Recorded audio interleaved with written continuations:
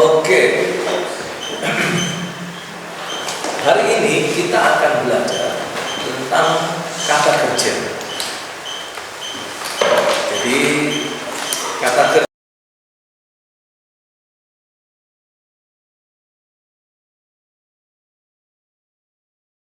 kerja yang akan kita pelajari adalah kata kerja present indikatif aktif.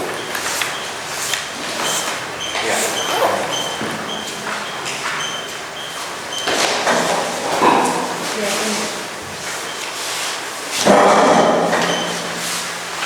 Nggak terlalu kelihatan ya?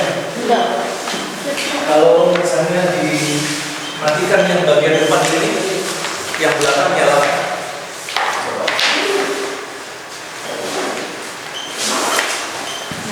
Lumayan ya? Ya. Oke, yang satu ini nyalakan. Mati ya? Oh, tapi kalian masih bisa membaca ya? Bisa. Oke. Nah, untuk present indikatif aktif itu ada di halaman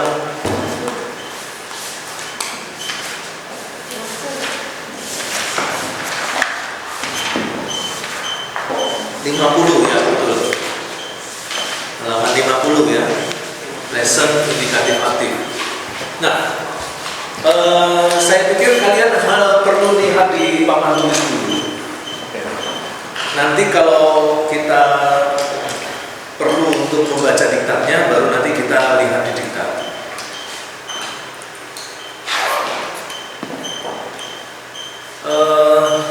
Kalau mau catat boleh, tapi karena ini saya rekam dan biasanya nanti malam saya upload di YouTube. Jadi kalian kalau mengalami kesulitan menangkap pelajaran, kamu bisa lihat di YouTube. 10 kali diulang terus, 20 kali, tidak apa-apa ya, sampai kamu mengerti ya. Kadang-kadang kalau di kelas itu kita tidak bisa mengikuti apa yang disampaikan dosen karena mungkin dia ngomong terlalu cepat, logika kita kurang mampu untuk ikut gitu. Nah, sudah ada videonya, jadi nanti tinggal belajar lagi ya. Sudah tahu YouTube-nya? Belum. Kok nggak ada yang nanya? Memangnya kamu tanpa bertanya kamu bisa ketemu channel saya? Ini mau nanya. Oh gitu. Kok alasannya begitu? Oke, sekarang kita masuk ke pembahasan yang tergolong sebagai kata kerja. Nah, kalau kita bicara tentang kata kerja, kita harus kembali lagi mengingat bahasa Indonesia. Saya akan memberi contoh kata sederhana.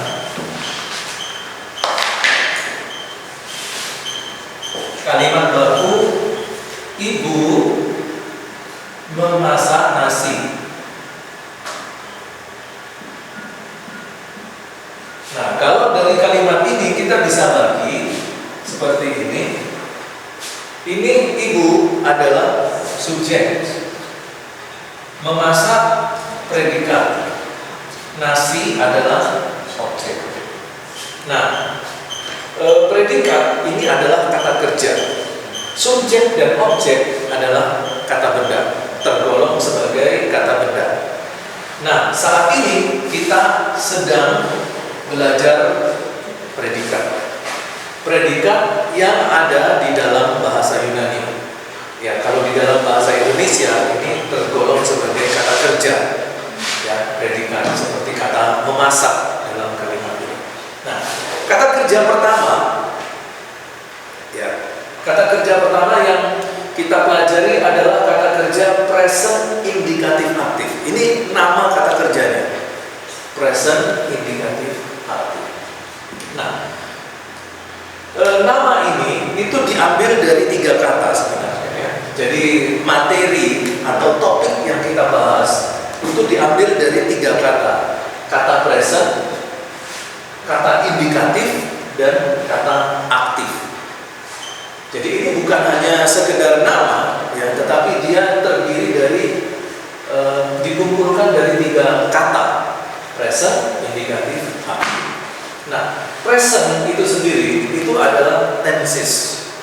Sudah tahu tenses ya? Kita sudah belajar bahasa Inggris. Tenses itu adalah waktu dari sebuah tindakan. Jadi kalau kita melakukan sebuah tindakan sekarang, maka tensesnya adalah present.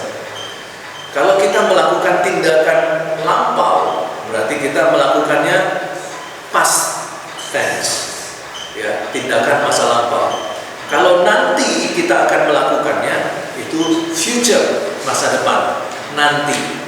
Berarti tindakannya adalah tindakan di masa depan. Itulah yang disebut dengan tenses. Nah, untuk bahasa Yunani, kita nanti akan mempelajari setidak-tidaknya tenses ini. Present, imperfect, ini bentuk lampau, ya, aorist, futurum, perfect, pluperfect. Nah, ini kita akan mempelajari present dulu. Makanya disebut present indikatif aktif. Nah, di dalam materi topik present indikatif aktif ada yang disebut indikatif. Indikatif ini di dalam bahasa Yunani disebut modus. Ya, itu modus itu semacam suasana, situasi atau keadaan dari kegiatan present itu. Jadi pada waktu kita melakukan sesuatu, pada waktu ibu memasak sesuatu, itu modusnya apa? Keadaannya apa? Keadaannya apakah ini adalah sebuah memasak, ini adalah sebuah fakta? Memasak ini apakah sebuah perintah?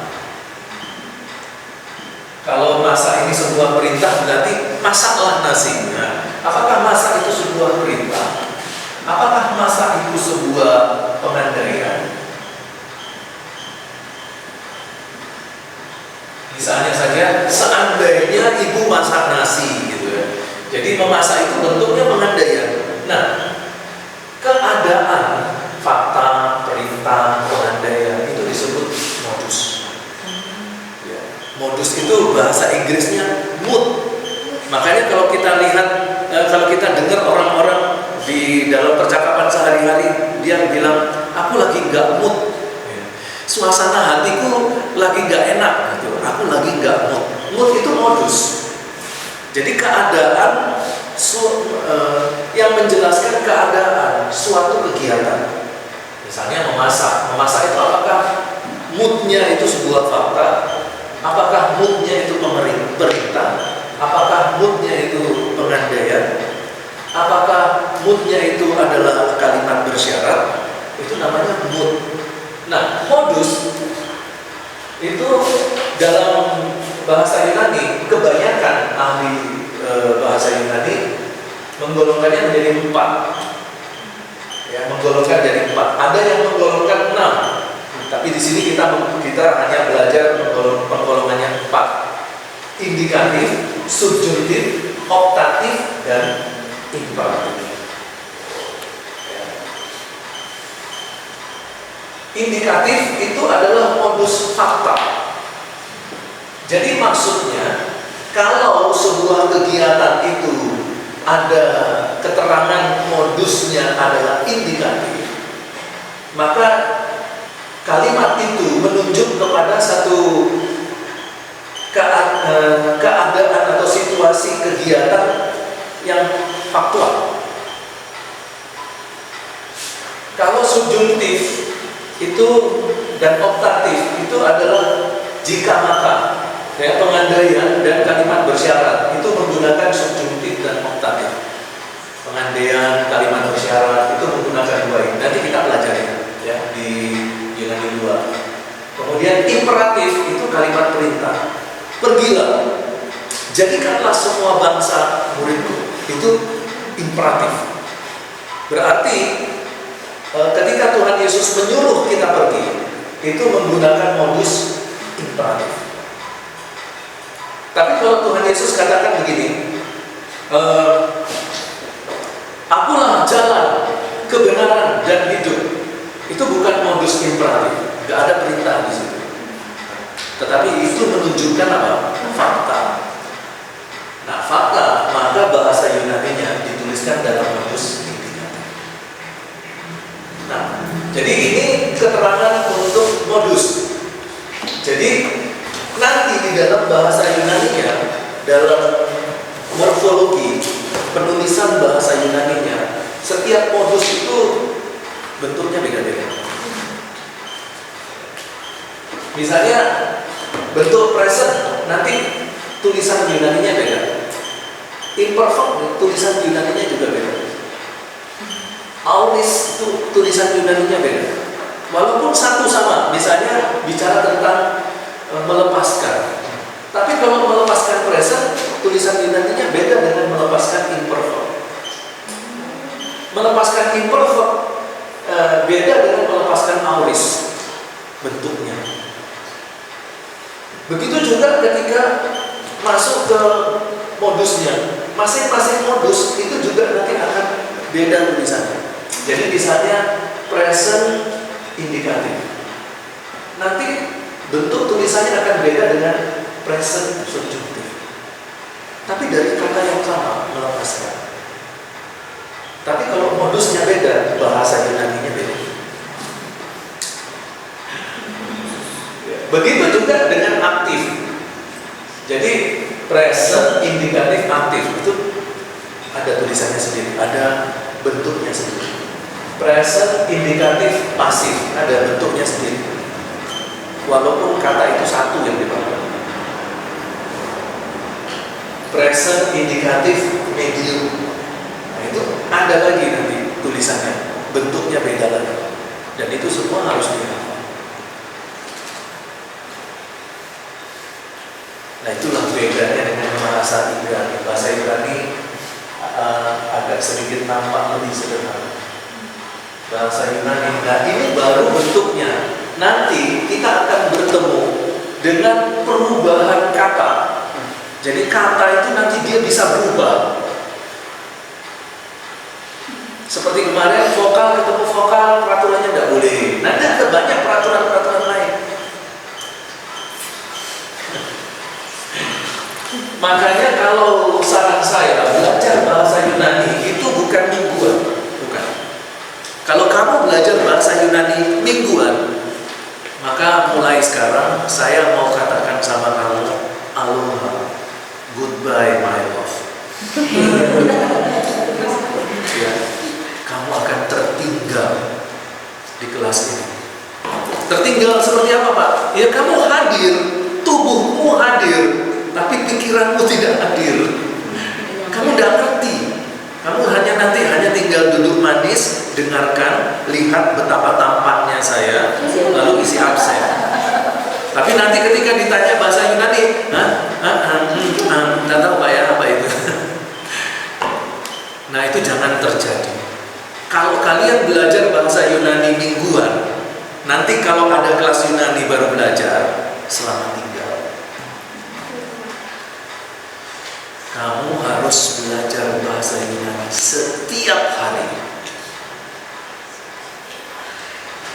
Saya yakin kamu belajar bahasa Yunaninya mingguan.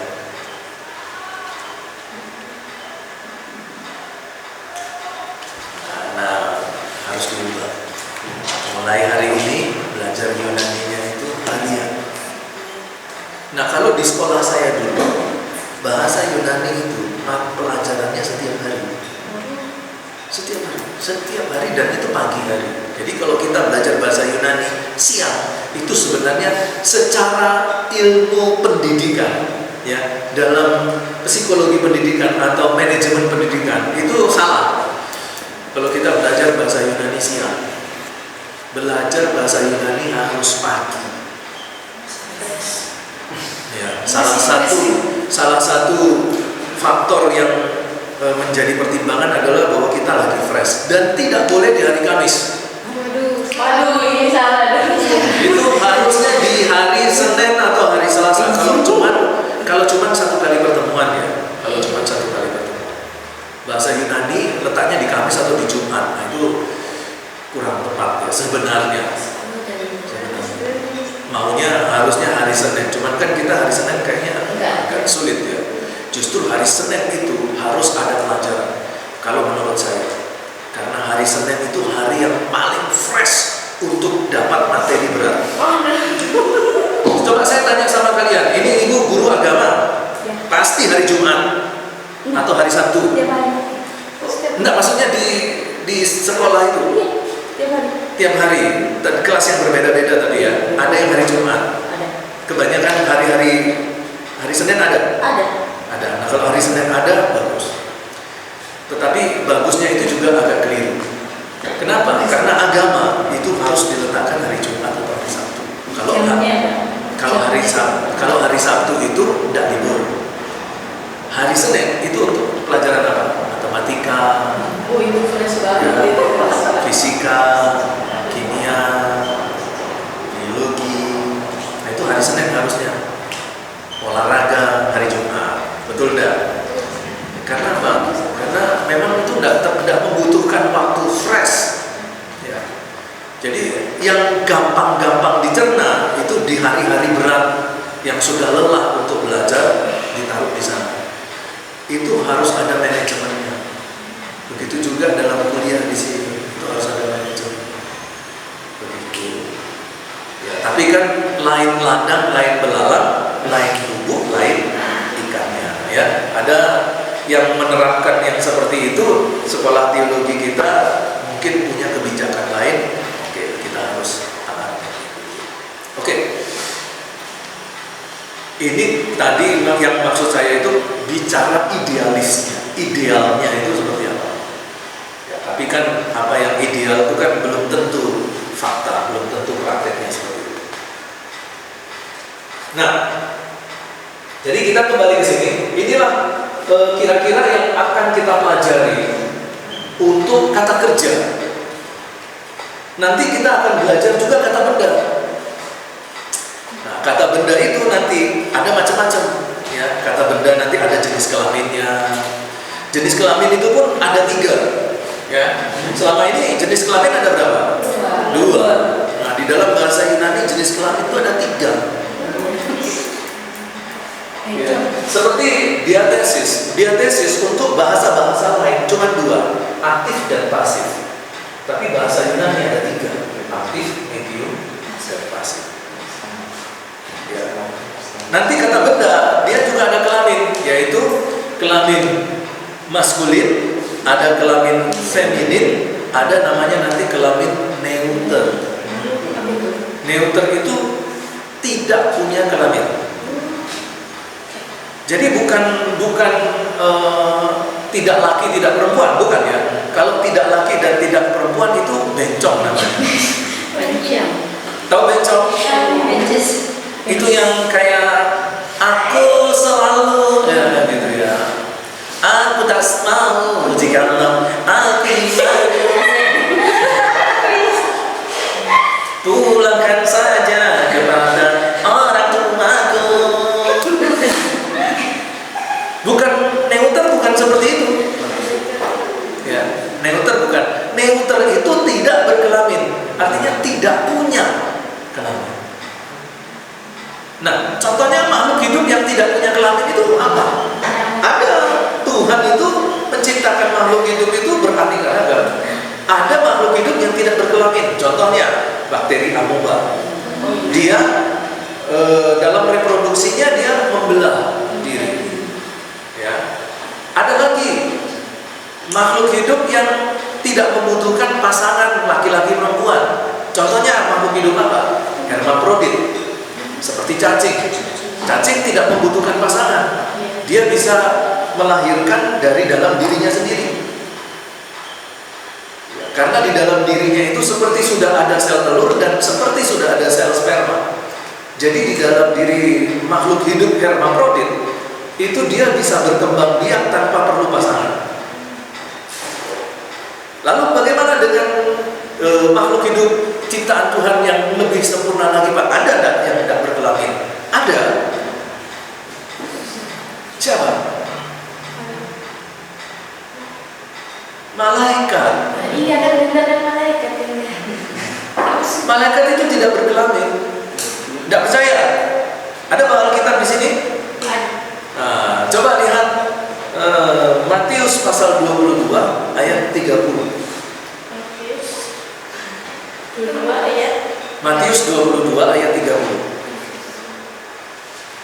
Karena pada waktu kebangkitan orang kita kawin dan tidak dikawinkan, melainkan hidup seperti malaikat di surga. Iya. Jadi hidup malaikat itu tidak dikawinkan dan tidak mengawinkan dirinya. Kita akan hidup seperti malaikat di surga. Malaikat tidak berjenis kelamin. Karena itu di dalam diri malaikat tidak ada namanya konsep kamu laki, malaikat laki, ini malaikat perempuan. Pak, tapi Pak, kalau waktu kita melihat malaikat menampakkan diri kepada Yusuf dalam mimpi, kepada Maria untuk mengatakan bahwa dia akan hamil dan lain-lain, ada banyak di Alkitab, semuanya laki-laki Pak. Namanya juga laki-laki, ya, Mikael, Gabriel, nama laki-laki, semua malaikat laki-laki. Bukankah itu jenis kelamin? Itu malaikat menampakkan diri itu dalam bentuk antropomorfis. Artinya penampakan dirinya itu disesuaikan dengan lingkungan. Kalau malaikat itu datangnya kepada manusia, maka dia akan dia akan menampakkan diri dalam bentuk manusia. Itu yang disebut dengan antropomorfis. Makanya dia berada dalam posisi sebagai laki-laki. Kenapa tidak perempuan, Pak? Dia tampil sebagai seorang wanita. Tidak cocok. Karena waktu itu wanita itu tidak dihargai. Jadi kalau wanita ngomong, itu wanita pada waktu itu wanita tidak boleh berbicara di depan umum, tidak boleh. Itu pasti sudah kena marah, sudah kena hukum. Wanita itu boleh bicara kalau di dalam rumah dengan anggota keluarganya, sesama wanita gitu. Tapi kalau dia ngomong sama laki-laki di depan umum, nggak bisa, nggak diterima. Jadi kalau malaikat datang sebagai seorang perempuan menyampaikan firman, nggak didengar. Makanya selalu laki-laki yang datang. Bukan oleh karena malaikat itu berjenis kelamin laki-laki. Gitu. Ya. Nah, nanti kita akan lihat beberapa contoh yang berbicara tentang malaikat, ya. Nah, kembali ke present indikatif aktif. Jadi dalam setiap unsur nanti bentuknya akan berbeda. Pak, bentuknya seperti apa, Pak? Nanti kita akan menemukan itu, kita akan bertemu dengan itu, sabar. Tapi kalau hanya sekedar ingin tahu, nah ini saya sudah siapkan di bawah. Jadi ini contoh. Semuanya pakai kata kerja lu. Kata kerja lu ini artinya melepaskan atau membebaskan. Nah, nanti kita akan terus memakai kata kerja lu ini. Kenapa kita memilih? Kenapa di dalam belajar tata bahasa Yunani kita hanya dalam contoh-contoh itu menggunakan kata kerja lu? Ada alasannya. Karena kata kerja lu ini adalah kata kerja yang tidak mengalami perubahan di dalam berbagai tenses. Jadi mau tenses apa, kata dasarnya itu tidak berubah, dia akan tetap berubah.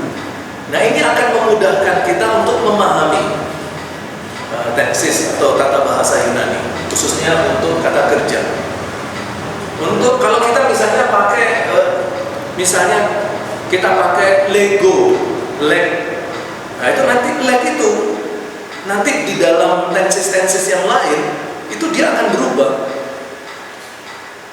Nah, sedangkan lu itu tidak berubah, mau dipakai di tenses apa, mau dipakai di modus apa, mau dipakai di dia tenses apa, dia tetap lu. Nah, karena ketidakperubahannya inilah, maka dia dipakai sebagai contoh untuk mengajarkan kata kerja. Nah, ini kita lihat dulu untuk present aktif. Ya, present aktif, luo, luwe, suwe, lomen, luete, lurusin. Nanti imperfect Ini kata kerja imperfect, ini kata kerja bentuk lampau. Eluan, elues, elue, elumen, eluete, eluan. Ya, ini lampau. Nanti bentuk mediumnya ini aktif, ini bentuk pasifnya. Bentuk pasifnya duoman, duetai. Kata kerja dasarnya sama. Tapi waktu dia aktif dan pasif, dia bentuknya beda. Itu ya, itu kata kerja. Nah, nanti akan terus ke bawah, ada subjuntif, ada optatif, ada imperatif. Nanti tulisannya beda-beda. Beda-beda. Nah, yang paling bagus adalah kita menghafalkannya. Nah, kalau kita tidak belajar tiap hari, maka kita tidak akan bisa menghafal. Kalau kita belajarnya seminggu sekali. Nah, kalau saya dulu waktu kuliah S1 itu dikondisikan belajar tiap hari karena setiap pagi selalu ada bahasa Yunani.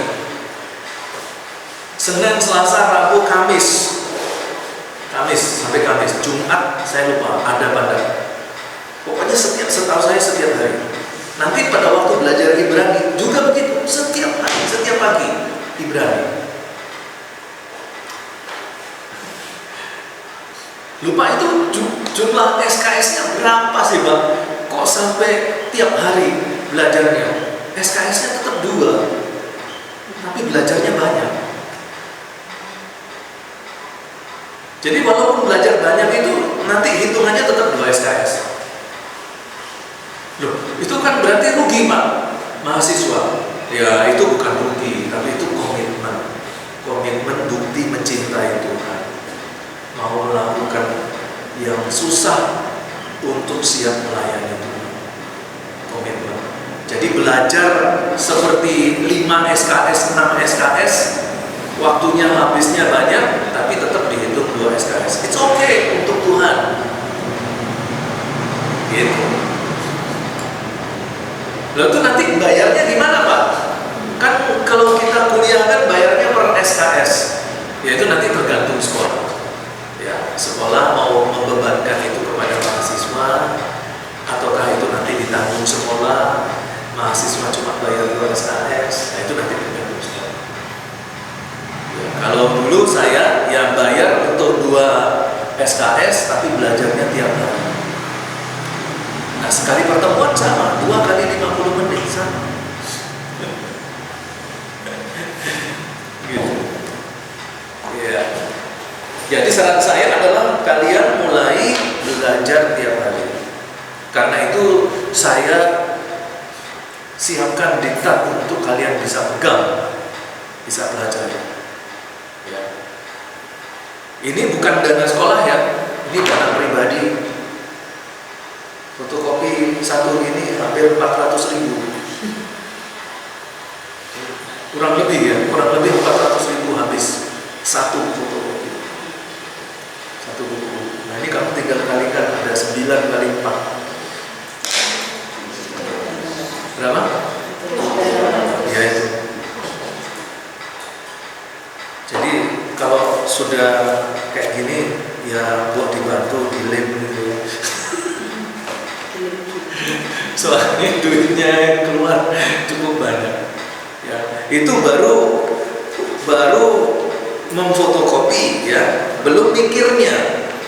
Nah, bikin nyusunnya butuh waktu yang cukup lama. Jadi ini pengorbanannya besar ya untuk hadirnya satu buku. Oke, jadi kenapa saya siapkan untuk kalian supaya kalian tiap hari bisa belajar. Nah, nanti saya nggak tahu, saya lupa ini, saya sudah kasih filenya belum. Nanti diingatkan saja, saya akan kirimkan filenya. Jadi kalau buku ini nanti dikumpulkan lagi, kalian sudah punya filenya. Kurang apa? Nah, kurang banyak. Ya, nah inilah kata kerja yang akan kita pelajari. Nah sekarang kita coba sama-sama pengertian-pengertiannya, ya, definisi-definisi dari setiap unsur tadi. Jadi yang kita pelajari sekarang adalah present, indikatif, aktif. Present itu bicara soal tenses. Tensesnya adalah sekarang, present. Ya, jadi kalau ada tenses present berarti kegiatan itu dilakukan sekarang. Indikatif itu adalah modus. Modus dari indikatif itu adalah modus fakta. Jadi di sini saya tuliskan indikatif itu adalah modus faktual. Ya, subjuntif dan optatif ini adalah pengandaian dan juga bicara tentang kalimat bersyarat. Bersyaratnya masih bersyarat pengandaian ya. Misalnya, jika ibu memasak nasi, maka saya bisa makan. Tapi kalimat yang saya katakan jika ibu memasak nasi itu belum fakta, belum.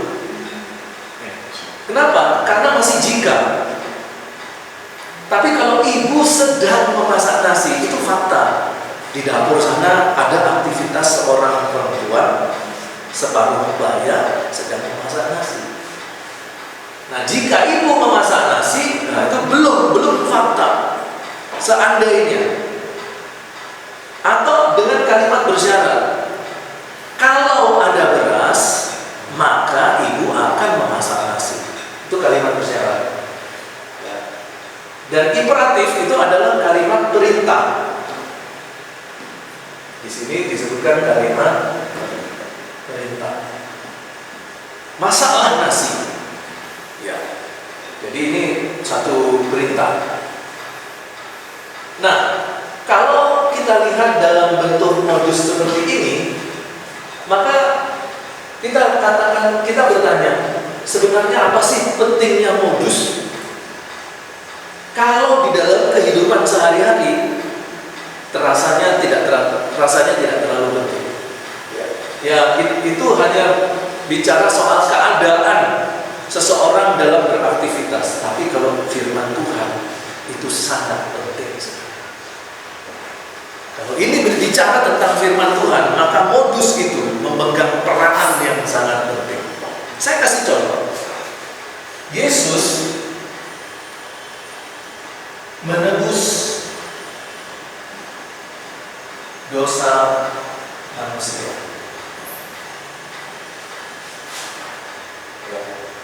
Jadi dosa manusia jadi satu. Karena di sini manusia di sini menunjukkan keterangan milik, dosa milik manusia.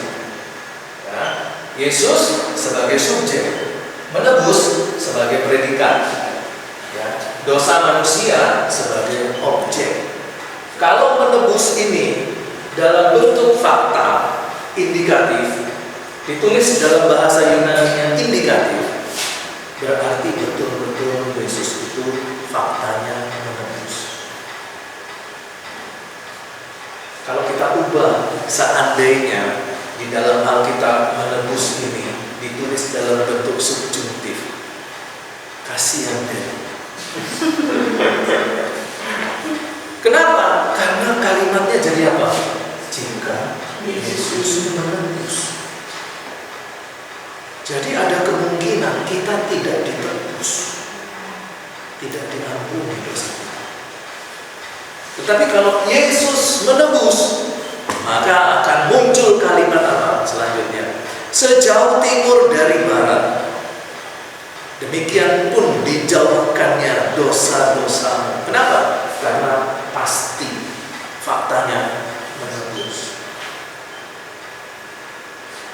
Jika Yesus menebus, jika Yesus disalib, Yesus tidak pernah disalib. Kalau Yesus tidak pernah disalib, kita tidak pernah ditebus. Jadi modus di sini kalau di Alkitab itu menentukan sekali nilai dan bentuk teologinya.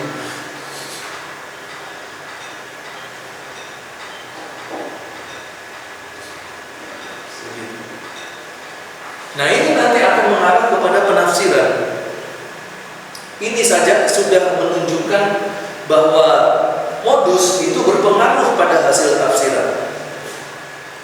Ya, modusnya apa? Indikatif. Berarti peristiwa ini terjadi. Kalau ini adalah sebuah statement ini itu statement yang faktual. Artinya bukan sesuatu yang tidak sanggup dicapai, tapi memang ada faktanya bisa kita ke sana. Misalnya gini, aku akan menyediakan rumah bagimu. Aku akan menyediakan rumah bagimu. Aku pergi ke sana untuk menyediakan rumah. Nah, sekarang kita lihat, itu indikatif nggak bahasa Yunani? Kalau indikatif berarti betul-betul disediakan tempat di sana, sedang disediakan. Tapi kalau itu bentuknya misalnya subjuntif atau optatif, itu nanti lain, itu teologinya lain. Kalau aku nggak capek, akan kusediakan tempat. Kalau aku nggak marah, aku sediakan tempat. Tapi kalau pas lagi emosinya Tuhan gak pas, dia gak jadi sediakan tempat. Tapi kalau modus indikatif aktif, apapun yang kamu lakukan, aku sekarang, Yesus sedang menyediakan tempat. Nah, persoalannya tempat itu untuk kamu atau kamu kasih orang lain untuk dipakai orang itu. Jadi modus itu sangat berperanan sekali di dalam penafsiran. Nanti di bagian akhir kalau ada sisa waktu, saya akan kasih contoh-contoh ayat-ayat Alkitab yang ada present indikatif aktifnya dan bagaimana kita melihat tafsiran. Nah, ini hanya pengenalan dulu tentang kata kerja dalam bahasa Yunani itu seperti apa. Nah, baru kemudian yang berikutnya kita juga harus tahu bahwa di dalam sebuah kata kerja bahasa Yunani itu ada yang namanya aspek. Jadi misalnya present indikatif aktif, nanti ditanyakan lagi aspeknya apa. Nah, untuk aspek itu bisa bermacam-macam. Jadi kalau di dalam bahasa Yunani itu sebuah kata kerja itu wajib hukumnya memiliki aspek. Nah, aspeknya itu tergantung dari level bahasa Yunani kita dan juga tergantung siapa yang mengajar. Nah, ada yang mengajar cuma 3 aspek: duratif, iteratif, konatif. Ada juga yang mengajarkan aspek itu ada 5. Nanti dosen bahasa Yunani yang lain itu mengajarkan aspek yang dalam pengertian dia. Walaupun sebenarnya ada kemirip-miripan, tapi kadang-kadang menggunakan istilah-istilah yang berbeda-beda. Nah, misalnya aspek duratif ini berarti ada aspek linier, ya. Kemudian aspek iteratif itu aspek berkala.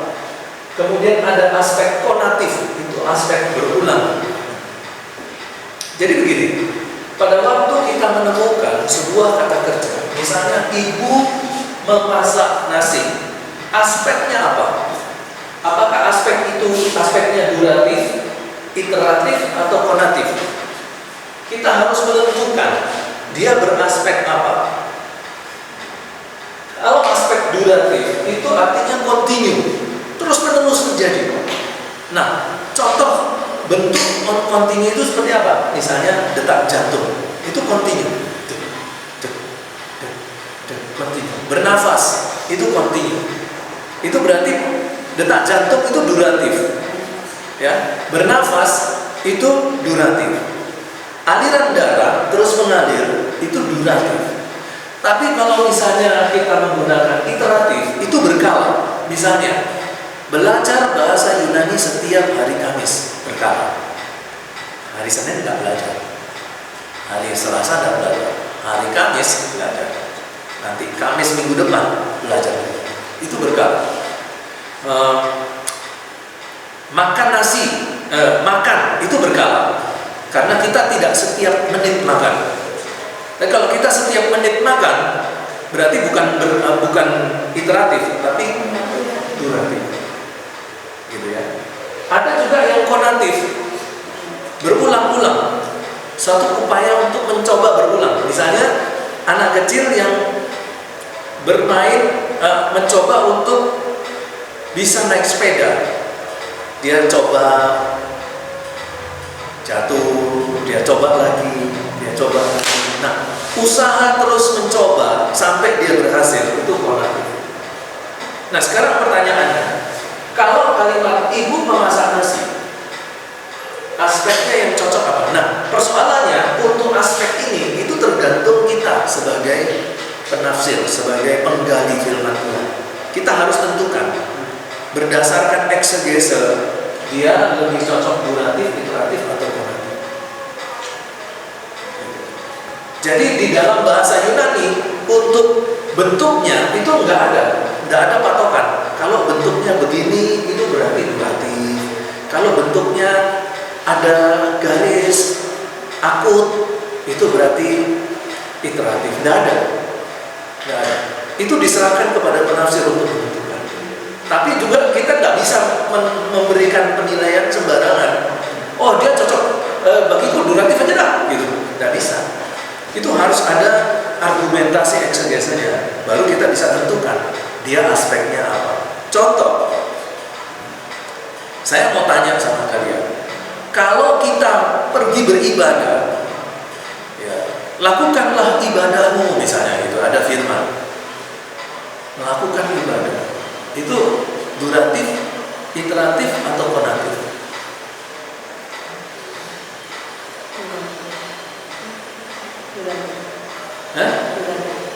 Duratif. Jadi ibadah itu setiap jam.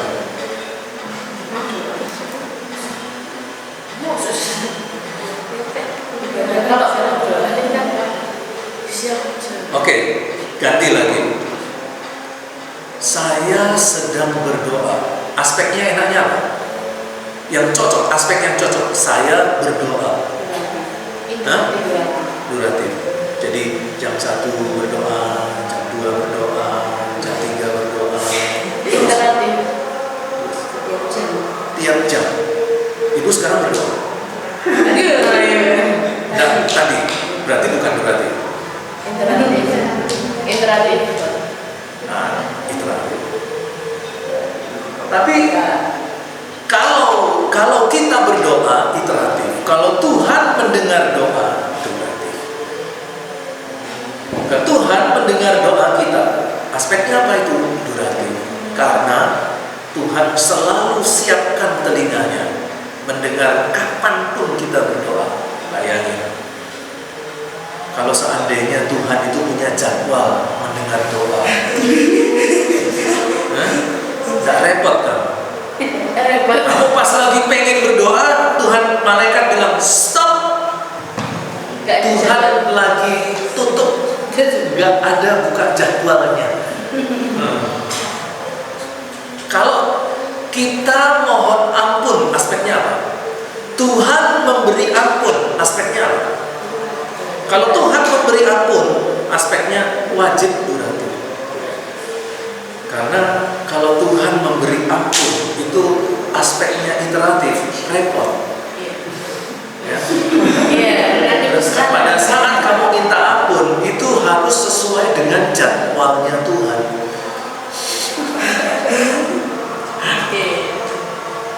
Jadi itulah aspek di dalam kata kerja. Kalau di dalam kehidupan sehari-hari kita nggak terlalu peduli soal aspek. Tapi ketika kita bertemu dengan firman Tuhan, aspek itu begitu penting.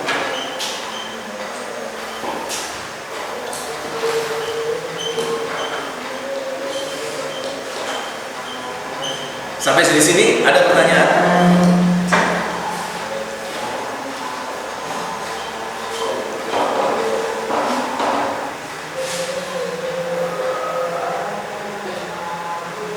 Oke, kalau tidak ada pertanyaan, maka kita akan lanjut dengan bentuk dari kata kerja present indikatif aktif. Jadi inilah bentuk present indikatif aktif.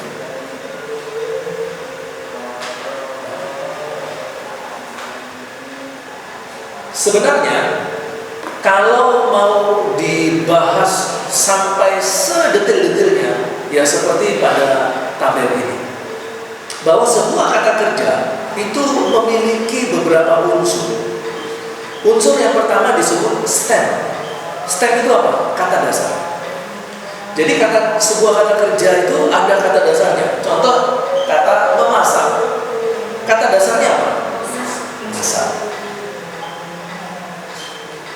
Jadi stem itu kata dasar. Begitu juga dengan bahasa Yunani, sebuah kata kerja dia punya kata dasar, dia punya stem. Nah, dalam hal ini sebagai contoh adalah kata kerja lu. Kata dasarnya lu. Ya, bukan lu, gue, bukan. Ini lunya bahasa Yunani ya. Kemudian yang kedua, ada yang disebut dengan vokal penghubung. Nah, vokal penghubung untuk present indikatif aktif ada dua, yaitu vokal omikron dan vokal epsilon. Itu yang disebut di sini dalam bahasa Inggrisnya connecting vowel. Ya, connecting vowel itu vokal penghubung. Dalam present indikatif aktif hanya ada dua vokal penghubung, yaitu O dan E. Kemudian ada yang disebut dengan personal ending. Personal ending ini adalah akhiran sebagai pengganti kata benda, pengganti person, pengganti orang. Jadi disebut dengan akhiran pengganti person.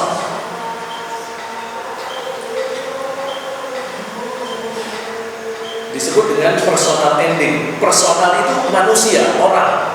Ending itu suku kata terakhir. Jadi suku kata terakhir di dalam sebuah kata kerja yang menjadi pengganti orang. Nah, orang itu apa? Nah, di sini ada 1, 2, 3. 1, 2, 3 singular, tunggal. Ada 1, 2, 3 plural, jamak. Jadi di sini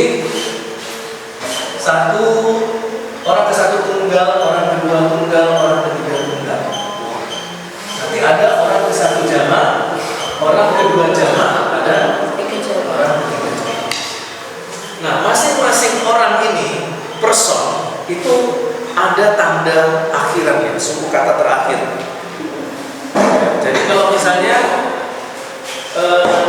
saya itu orang pertama itu saya, orang kedua itu orang yang diajak berdialog. Misalnya saya dan kamu, saya itu orang ke satu, dia, kamu itu orang kedua. Biasanya dalam perjumpaan orang ke satu dan kedua itu bertatap muka ya, langsung punya komunikasi. Tapi kalau orang ketiga, dia, maksudnya dia adalah orang yang menyaksikan sebuah peristiwa. Jadi kalau dia di sini adalah seorang yang sedang menyaksikan peristiwa yang dilakukan siapa? Yang dilakukan orang ke satu dan kedua. Itu pengertian orang ketiga, tunggal. Berarti hanya satu orang. Kalau orang ketiga jamak berarti banyak. Maka nanti diterjemahkannya saya, kamu, dia. Untuk yang jamak, orang pertama kami. Untuk orang kedua jamak kalian. Orang ketiga jamak mereka. Ya. Jadi di sini ada personal ending. Ya, personal ending ini adalah kata suku kata terakhir untuk menunjukkan orang keberapa dia. Jadi kalau personal endingnya straight itu tidak ada personal ending, berarti dia orang ke satu. Kalau ada personal ending S, dia orang kedua. Kalau ada personal ending I, dia orang kedua. Ya, kalau ada personal ending men, dia orang ke satu jamak. Personal ending T, orang kedua jamak. Personal ending NSI, ensi, orang ketiga jama. Jadi begini. Nah, nanti kita akan temukan bentuknya itu seperti ini.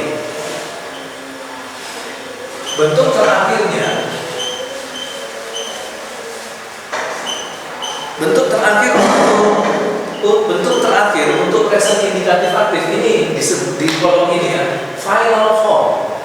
Bentuk terakhir untuk orang kesatu tunggal present indikatif aktif itu luo. Orang kedua tunggal present indikatif aktif lues.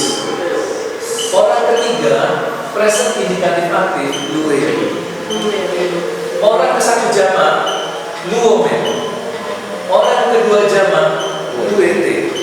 Orang ketiga jamak luousi. Ini saya misalkan.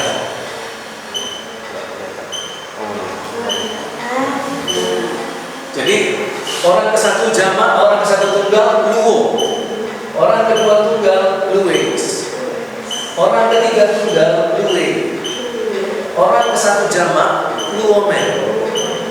Orang kedua jamak luete. Orang ketiga jamak luousi. Nah, terjemahannya orang kesatu luo, saya sedang melepaskan. Lues, kamu sedang melepaskan. Orang ketiga tunggal lue, dia sedang melepaskan. Luomen, kami sedang melepaskan. Luete, kalian sedang melepaskan. Luosin, mereka sedang melepaskan. Oke, jadi ini bentuk-bentuknya. Sekarang perhatikan apa yang mau saya jelaskan.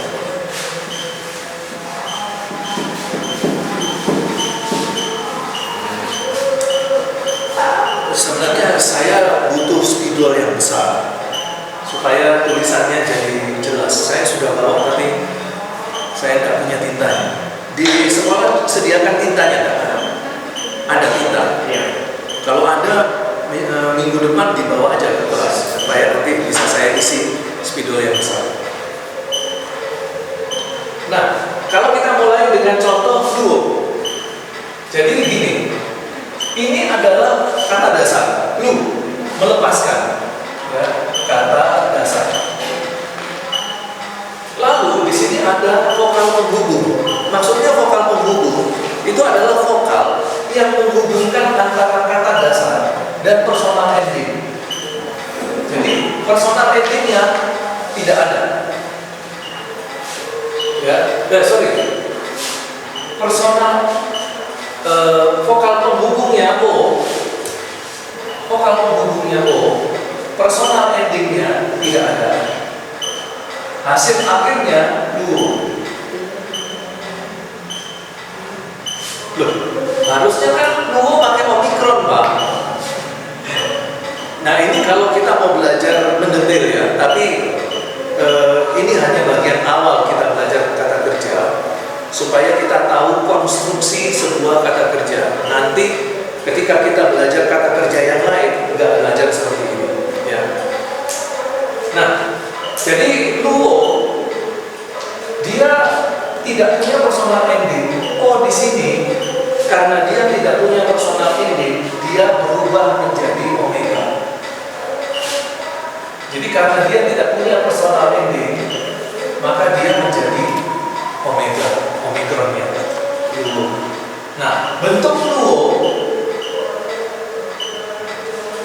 kita perhatikan di sini. Lu ini adalah kata dasar. O di sini adalah personal ending. Nah, personal ending ini yang nanti menentukan dia orang keberapa. Kalau ada belakangnya omega, berarti dia orang ke-1. Ya, jika ada omega di sini, dia orang ke-1. Jadi luo berarti di sini kalau kita terjemahkan di sini saya itu di belakang, melepaskannya di depan, melepaskan.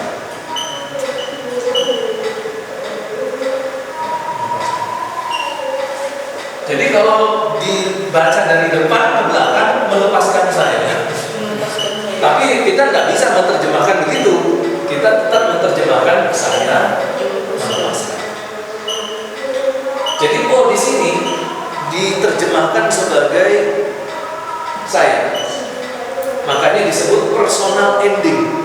Ya, jadi akhiran yang mewakili orang. Suku kata terakhir dari kata kerja yang mewakili terjemahan atau yang disebut sebagai orang. Jadi kalau lu itu saya, maka ace, ya akhiran ace itu berarti kamu. Nah nanti tinggal ditambah kata dasarnya, lu ace, kamu melepaskan. Ya. Kemudian ada nanti lu a, ya ini lu a. Nah untuk lu a di sini adalah dia. Orang ketiga tunggal, berarti dia melepaskan. Nah, di dalam sebuah kata kerja Yunani, akhiran ini personal ending tidak bisa berubah, tidak boleh berubah dan tidak akan berubah. Jadi untuk akhiran dari present indikatif aktif itu tidak berubah.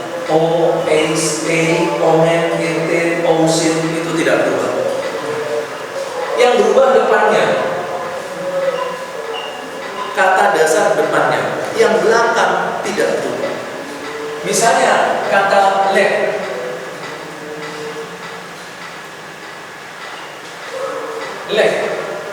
mengatakan, ya, lek mengatakan. Nah, tinggal siapa yang mengatakan? Kamu mengatakan. Berarti lek tambah jadi leggings. Siapa yang mengatakan? Mereka mengatakan. Berarti tinggal ditulis lek. Mereka itu apa? Musim. Jadi kata kerjanya mereka sedang mengatakan itu legusi.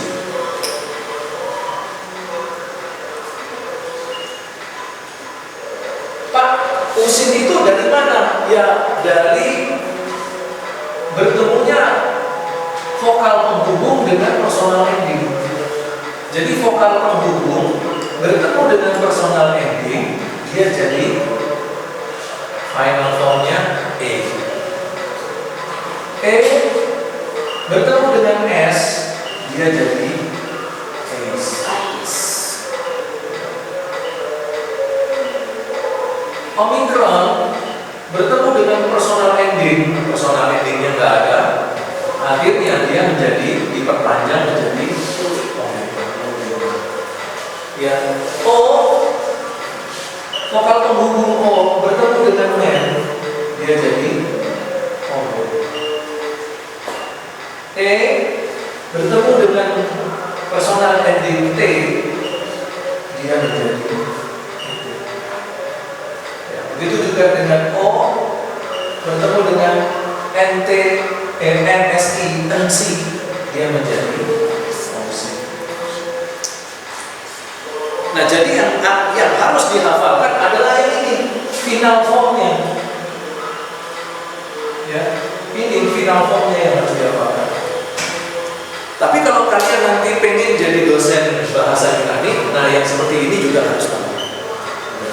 Tapi kalau hanya sekedar bisa mampu bereksegese, ya ini aja final formnya yang dihafalkan. Tidak perlu sampai detil-detil seperti ini.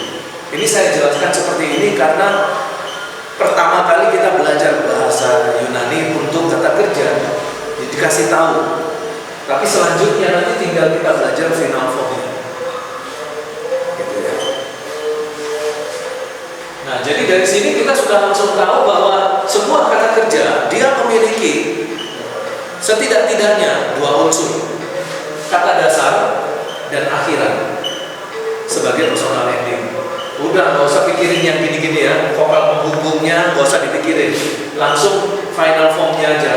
Jadi kata dasar dan ada personal ending. Apa personal endingnya? O, eis, ei, omen, ete, usin. Nanti kata kerjanya tinggal dimasukkan, ditambahkan dengan personal ending. Misalnya legeis, ya, berarti dia orang kedua tunggal. Kamu sedang memarah.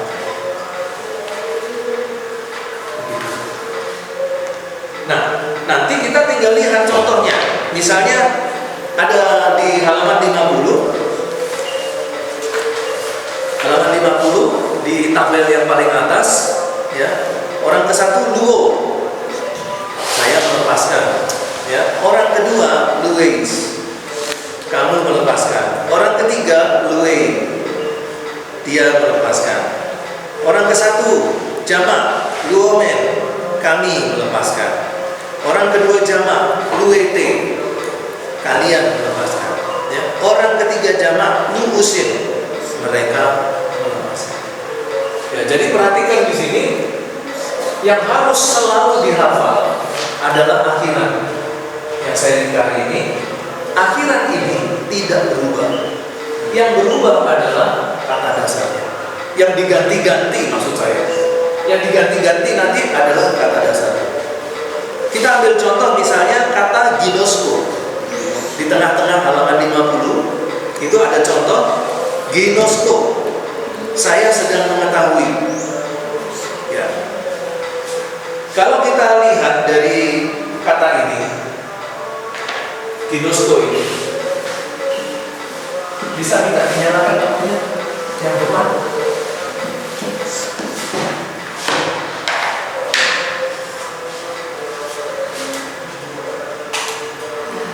Nah, jadi kalau misalnya ginos, oh, ya ini saya kasih strip untuk memudahkan kita ya, untuk memudahkan belajar aja. Tapi dalam bahasa Yunani nanti nggak boleh ada stripnya.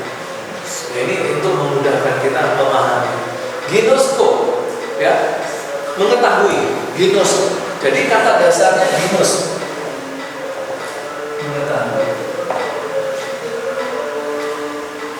Oh, di sini personal ending.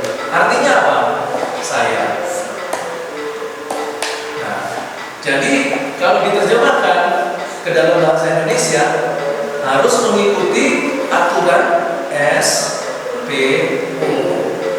Karena mengikuti aturan SPO, maka terjemahannya harus mengikuti urutan ini. S-nya saya, kita tulis saya. P-nya apa? Ginos.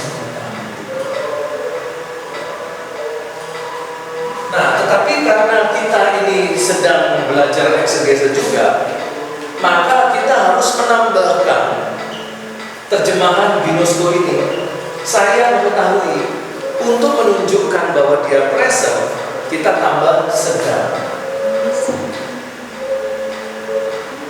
Saya sedang mengetahui. Untuk menentukan aspeknya, kita tambah lagi terjemahannya. Saya sedang terus menerus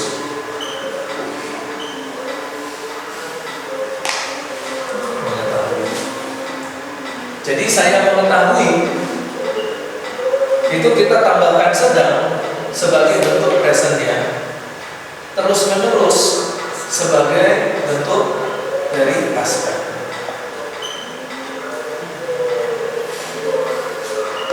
Nah, jadi kata ginosko ini kita bisa artikan dengan dua cara. Cara yang pertama kita terjemahkan saya mengetahui, itu juga sudah benar. Tapi kalau untuk eksegese harus lebih lengkap dengan cara yang kedua terjemahannya. Saya sedang terus menerus mengetahui.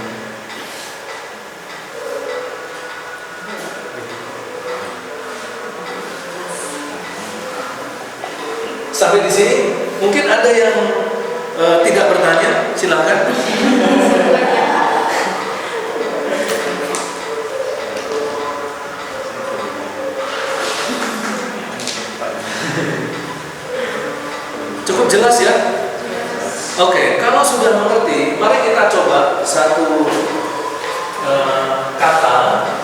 Silakan maju ke depan. Dari kata lambano, saya sedang menerima. Lambano, ketemu ya? Nah sekarang tulis kata kerja bahasa Yunaninya. Kalau itu dia sedang menerima, dia sedang menerima. Bahasa Yunaninya apa? Oke, silakan tulis di bawah tulis. Ya coba aja, mau coba silakan aja.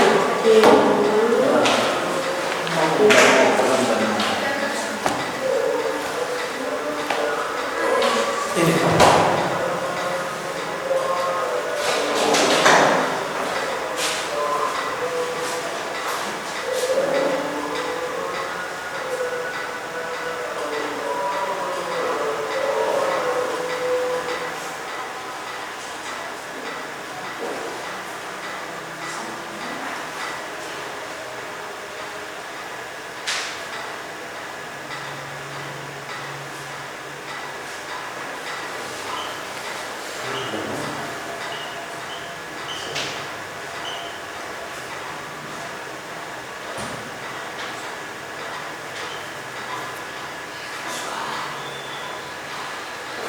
Oke, lambane, betul atau salah?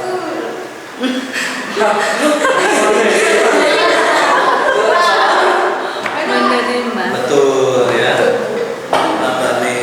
Jadi kira-kira seperti itu, gampang ya. Jadi tinggal lihat akhirannya, dia tuh orang keberapa? 1, 2, 3 tunggal, ataukah 1, 2, 3 jamak? Nanti tinggal kemudian dilihat kata kerjanya apa. Udah tinggal ditambahkan seperti ini. Lambane.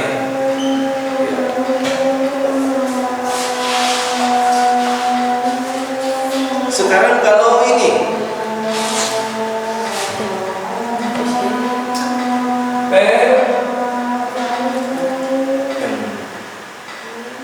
PNPI ubah dia menjadi mereka sedang mengutus. PNPI diubah menjadi mereka sedang mengutus. Jadi seperti apa bahasa Yunani?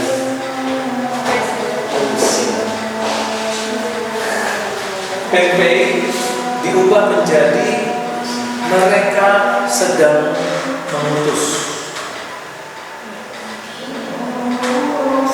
Ada yang mau coba? Alex, Pak Alex. Iya, silakan Alex.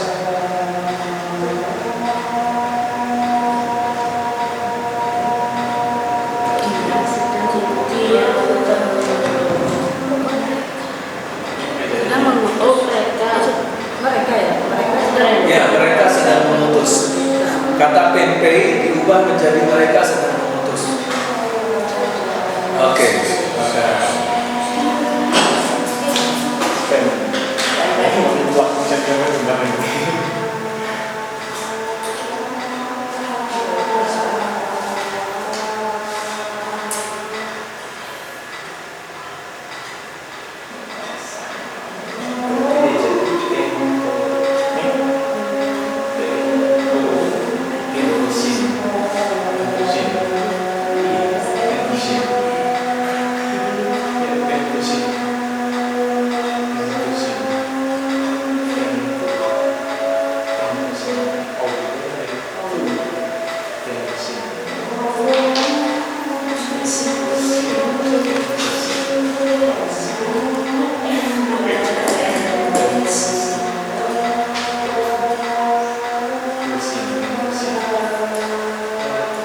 Sudah? Iya. Gimana? Kumpul. Mereka sudah memutus. Betul? Belum. Oke, kalau ada yang mau membetulkan, masa itu dia? Oh ya.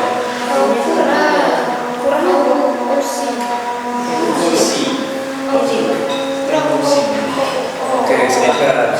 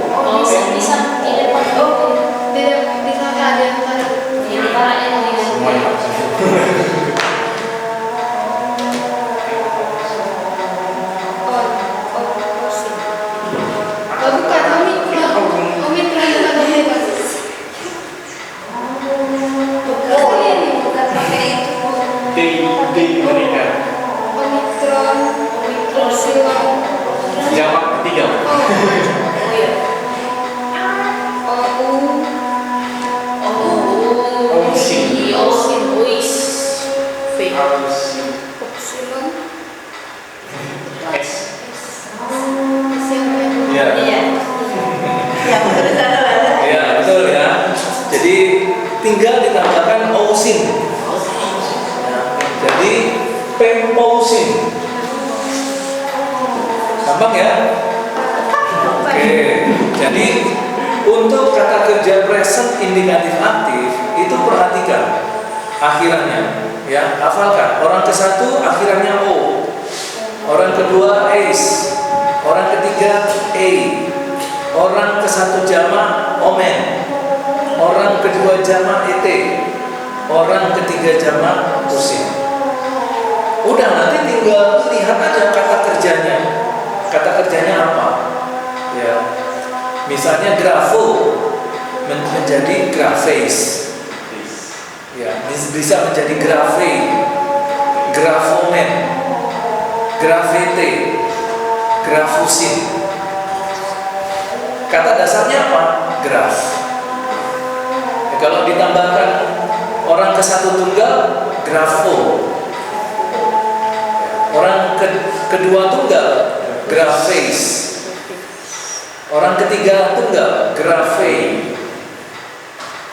Ya, jadi seperti itulah cara menulis, membaca, dan menyusun kata kerja bahasa untuk present indikatif aktif. Ya, sekali lagi, present indikatif aktif bentuknya seperti yang tadi kita pelajari. Kita juga harus menerjemahkan sebagai kalimat aktif. Nah, kalimat aktifnya apa? Yaitu dengan menambahkan me dalam kata kerja. Ya, jadi misalnya grafe, grafete misalnya.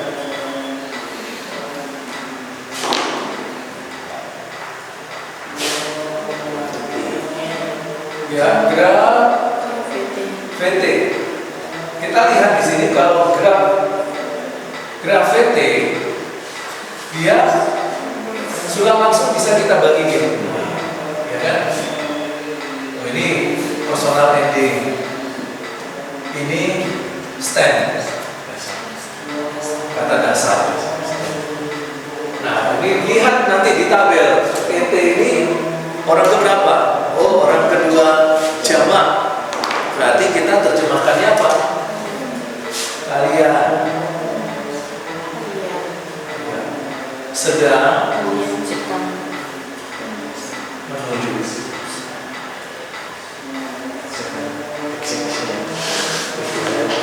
Kalau kita tambah mau lengkap lagi, nah, kalian sedang terus-menerus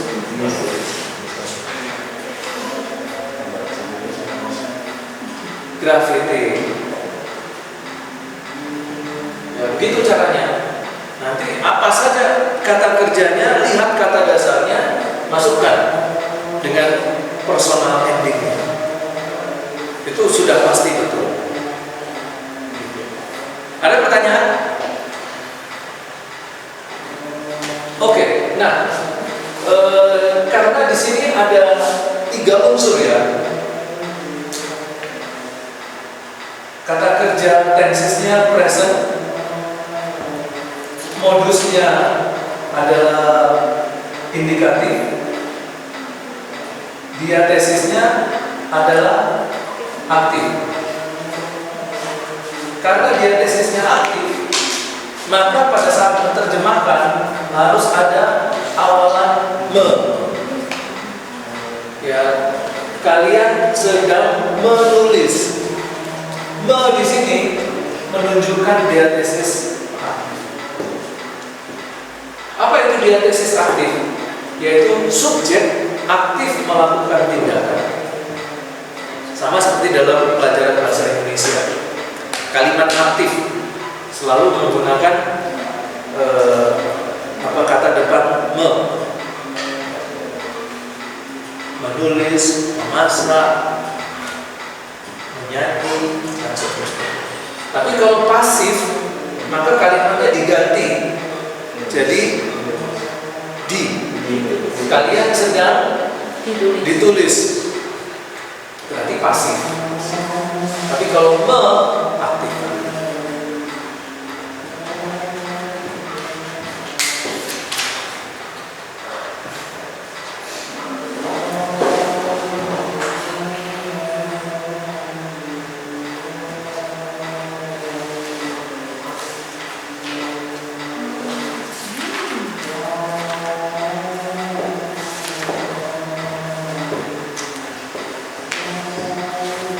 Jadi untuk penjelasan yang tadi sudah saya sampaikan, itu semua sudah ada ya. Misalnya di halaman 51, di situ dijelaskan tentang bentuk dasar dari present tense, kata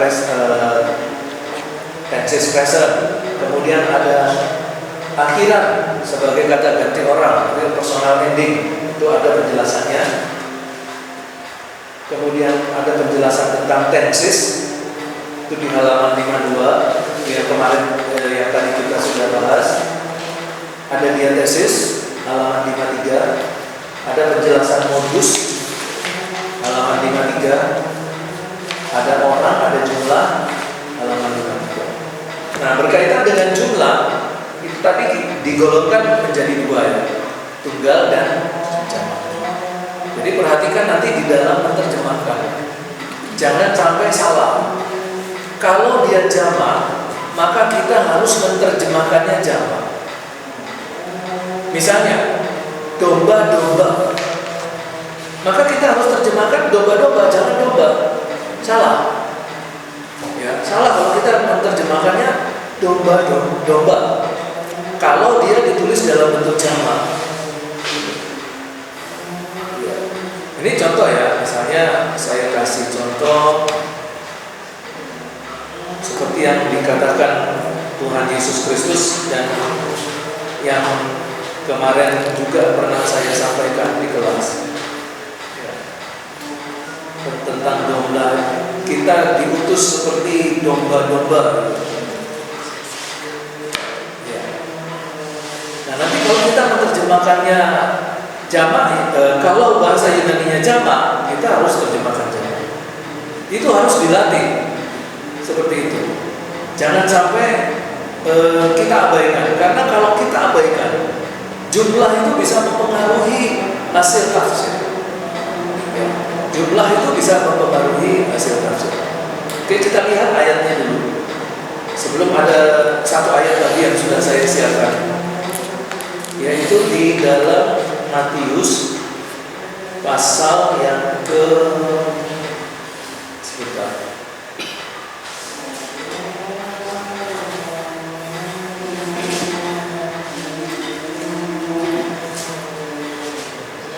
Lukas ya. Ada juga Lukas 10 ayat 3. Tapi di sini dipakai kata anak domba. Kamu seperti anak domba. Sesungguhnya aku mengutus kamu seperti anak domba ke tengah-tengah serigala. Nah, kalau di sini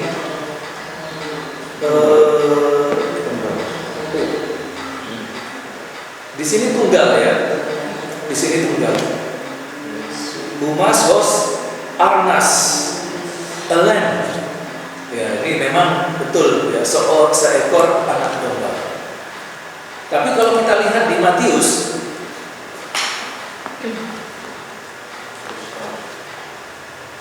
Matius 10 ayat 16. Matius 10 ayat 16. Itu ego apostelo humas hos probata. Nah, di sini menggunakan sheep yang bukan a lamb, tapi sheep. Sheep ini kawanan domba. Jadi probata itu jamak. Kalau tunggalnya itu tulisannya begini. Probatos. Ini os, ada os. Itu tunggal. Tapi kalau probata, nah itu ini ta ini jamak. Begitu juga kalau misalnya nanti di dalam menerjemahkan. Perhatikan, kalau itu et, itu berarti terjemahnya kalian. Jangan kamu jangan pakai kamu. Nanti disalahkan nanti ya. Kalau itu dalam ujian atau PR itu disalahkan. Harus pakai kalian. Walaupun di dalam bahasa Indonesia kadang-kadang kamu sekalian itu hanya pakai kamu aja. sudah dianggap semuanya. Tapi harus latihan. Kalau jamak ya kamu sekalian atau kalian. Kalau tunggal baru kamu.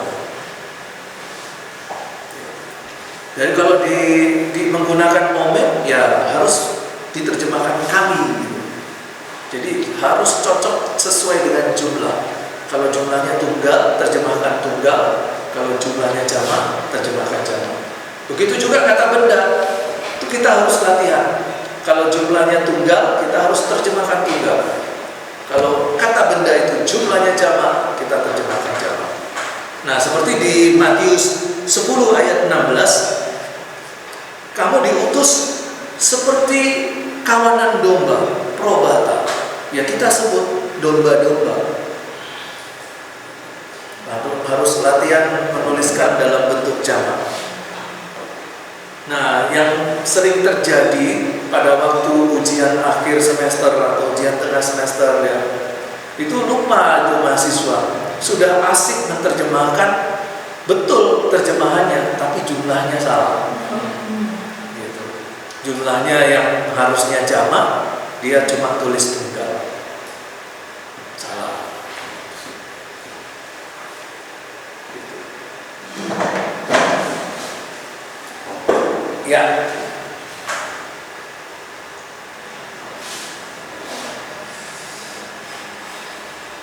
Kemudian yang berikutnya terakhir ya sebelum kita akhiri dengan doa. Kembali ke tadi apa namanya? Ini saya sudah siapkan satu ayat yang ada kata kerja present indikatif aktif.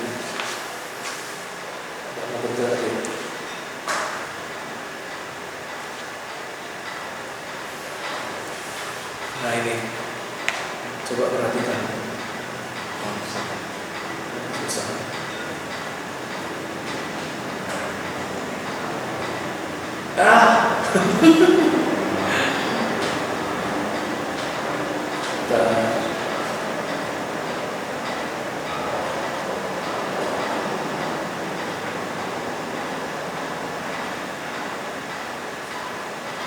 Nah ini dari Matius 22 ayat 29 dan 30 yang tadi kita sudah baca ya.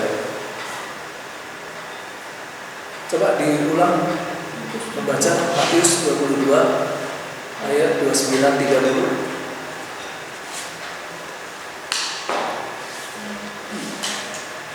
Matius 22 ayat 29. Yesus menjawab mereka, kamu sesat sebab kamu tidak mengerti kitab suci maupun kuasa Allah. Karena pada waktu kebangkitan orang tidak kawin dan tidak dikawinkan melainkan hidup seperti malaikat di surga. Iya. Jadi di sini ada kata kerja tidak mengawinkan dan tidak dikawinkan. Nah, tidak mengawinkan itu menggunakan kata kerja present indikatif aktif. Ini ya. Jadi ada kata gamusin. Gamusin.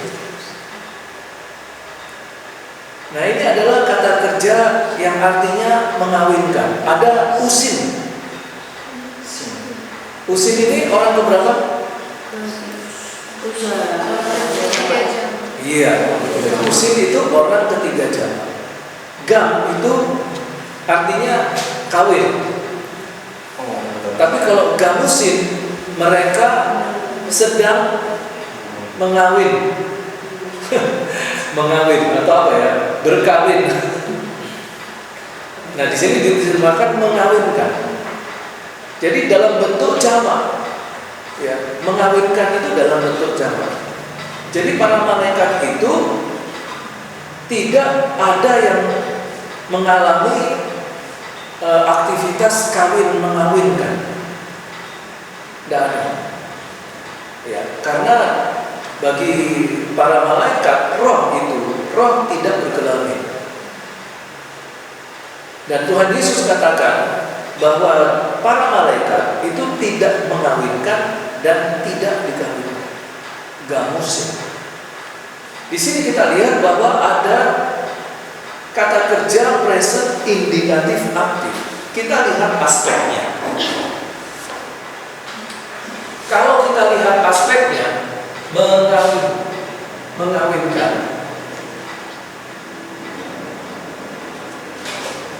siapa yang melakukan proses kawin? Mereka. Kok mereka ada usin sebagai personal ending orang ketiga jamak? Maka kita lihat di situ jamaknya adalah orang ketiga, mereka. Mereka ini siapa? Malaikat. Para malaikat. Jadi para malaikat ini tidak melakukan aktivitas kawin. Apakah hanya satu malaikat? Tidak. Mereka usin semuanya. Dan ini terjadinya terus menerus. Jadi ini terus menerus. Maksudnya terus menerus itu apa? Mulai dari dulu terus menerus sampai sekarang, terus menerus sampai yang akan datang. Konsep kawin mawin, ketemu laki perempuan, berhubungan seks, tidak ada. Dan kita ini akan diubah seperti malaikat. Artinya bahwa nanti kita di surga tidak ada istilah kamu suamiku masih, tidak ada. Itu konsep yang salah di dalam masyarakat Kristen. Nanti kita keluarga kumpul, suami istri tetap kumpul, anak kumpul, nggak ada konsep keluarga di dalam surga, nggak ada. Jadi orang itu kadang-kadang berpikir gini, kamu naik ke surga akan diberikan tempat oleh Tuhan karena katakan Tuhan menyediakan tempat bagimu. Berarti kami sekeluarga kumpul lagi ya Pak. Maka ada orang ketika dia mengalami penglihatan atau dia mengalami pengalaman supranatural dibawa Tuhan ke surga. Pernah nggak dengar kesaksian dibawa Tuhan ke surga? Lalu pada waktu dia dibawa Tuhan, yang jemput kakeknya, ketemu dengan istrinya yang sudah meninggal, istrinya masuk surga. Bagi saya, kalau ada yang menceritakan seperti itu bohong. Karena di surga nggak ada lagi istilah kakek, nenek, dan kamu dulu pamanku, nggak ada.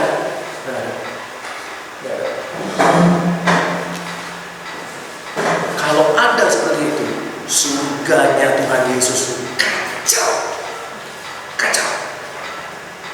Sekarang saya mau tanya, anaknya ibu kalau nanti masuk surga, pengen sama-sama ibu enggak? Pengen ya? Pengen. Kalian juga nanti kalau semuanya sudah ke surga, pengen kumpul dengan orang tua enggak? Pengen. Orang tua kalian kan juga anak. Pengen enggak orang tua kalian kumpul dengan orang tuanya? Pengen. Orang tuanya orang tua kalian itu kan juga anak. Pengen enggak ketemu sama orang tuanya? Lah terus kalau seluruhnya pengen kumpul terus jadi apa?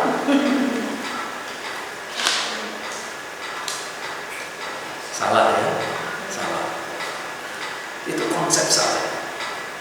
Tapi selama ini kamu pahami seperti itu kan? Kalau surga semua kumpul satu keluarga.